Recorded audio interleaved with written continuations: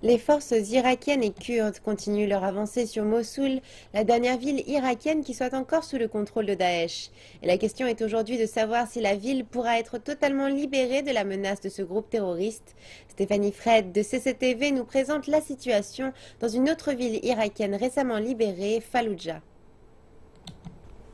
En octobre, Mouhaned, sa femme et leurs 5 enfants sont rentrés chez eux après 2 années d'exil. Comme tous ceux qui se trouvent à Falloujah, ils n'ont ni électricité ni eau courante et les déchets ne sont pas collectés. Sans travail et sans argent, Mouhaned est rentré car il n'avait pas d'autre choix.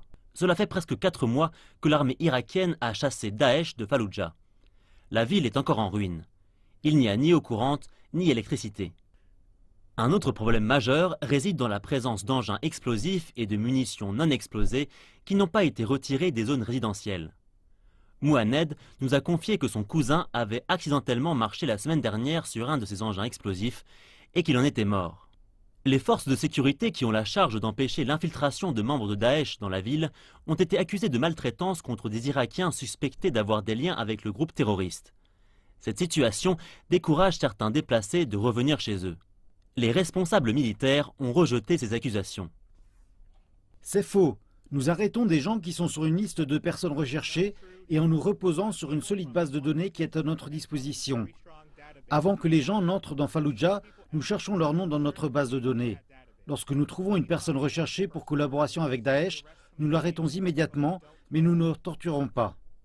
La police et l'armée irakienne s'accordent pour dire qu'elles doivent coopérer, mais jusqu'ici, personne n'a été nommé pour prendre en charge les différents quartiers de la ville. Le commandant de la police locale dit qu'il n'a pas le budget nécessaire.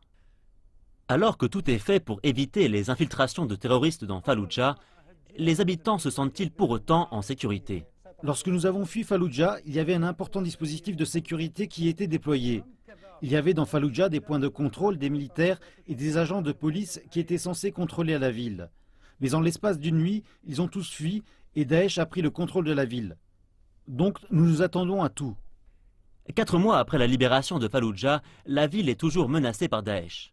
Ainsi, même si le gouvernement et ses alliés reprennent Mossoul, la question est encore de savoir si cette ville pourra véritablement être à nouveau pacifiée.